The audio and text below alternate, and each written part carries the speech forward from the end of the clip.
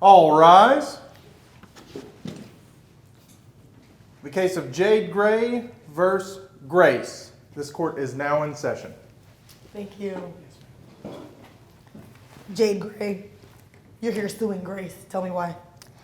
Yes, she was a passenger in the car that hit me, and it was her fault that the car hit me, so I want her to pay the damage. Grace, you were a passenger in the car that hit her? Yes, I was. Was her car damaged? Yeah. Was it your fault? I mean, I was the passenger. How could it be my fault?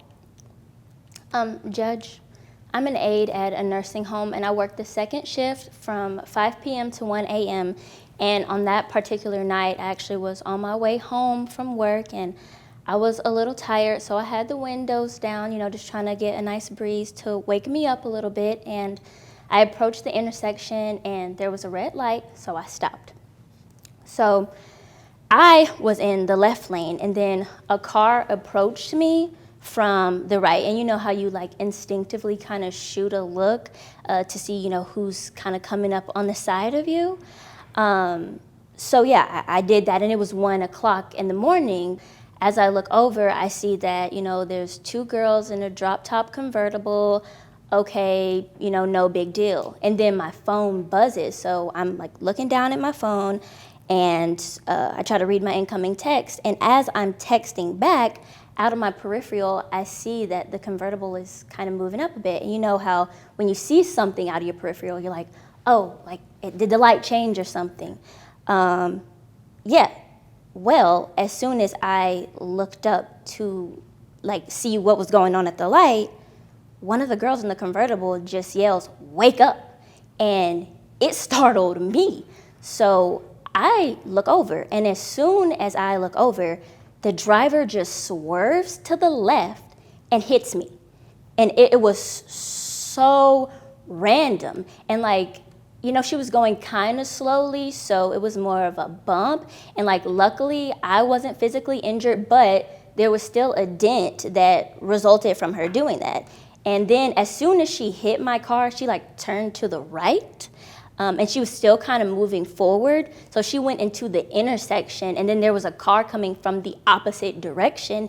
And she's frantically trying to figure out, how to get out of the way. And then she ends up running into a pole. Okay, so was the driver asleep? Yeah, she was. And you yelled to wake her up? Yes, I did. And she ran into a pole? That was the end result, yes. Judge, Your Honor, what happened was that it was late at night. I was a passenger with my friend, and I'm scrolling through social media, and as I'm scrolling through, we hit a red light. Once we're at this red light, I see that the car's still moving forward, so I look up, I look to my left, and I see that she has her eyes closed, hands on the wheel, so I yell at her, "Wake up." She wakes up, and then she swerves over to the left. She swerves to the left, hits the car, and then also I'm still in panic, so I just say, "Hey, what are you doing?" And she revs the engine, she goes forward, turns to the right, and then we're in the middle of the intersection, so I see cars coming, and I start to yell out, "Cars, cars, cars," and she just starts to frantically try to find somewhere to go, and so she just goes forward and hits the pole, and that's what happened. And I got out of my car and I went over to the convertible, because if you could have seen the way the airbag just popped and then just snapped her head back, and then she went forward and her head was on the windshield, and I was surprised that she wasn't ejected, because when I went over there to the car, she didn't have a seatbelt on. But the passenger, she was still in the car, and she did have her seatbelt on, and for some reason her airbags didn't deploy, but I'm guessing that's a good thing, because the driver got the worst of it.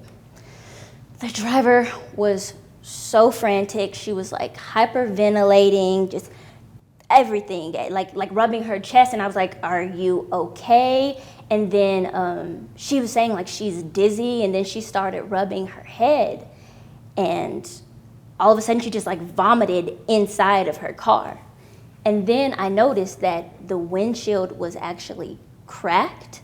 And so I'm like, okay, she's rubbing her head. She's saying she feels dizzy. She vomited. She needs to be seen immediately. And at the nursing home, they give us training on when there's a concussion, in case one of the residents fall. Because, if one of them falls, they hit their head, nauseous or they're vomiting, we have to call somebody immediately. In fact, like one of our residents actually did pass away from this happening.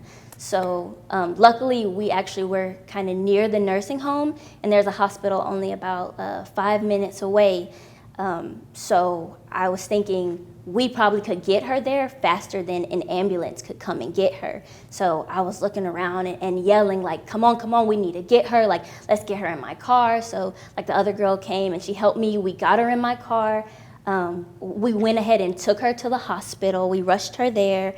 We got her there. We got her inside the hospital. And then when we got in, the passenger was just like, I need to go get my purse. And she just like walked outside. So yes, they took the driver away fairly quickly, and then they asked for some form of identification, and I gave them her purse, and then that was like the last that I heard of her.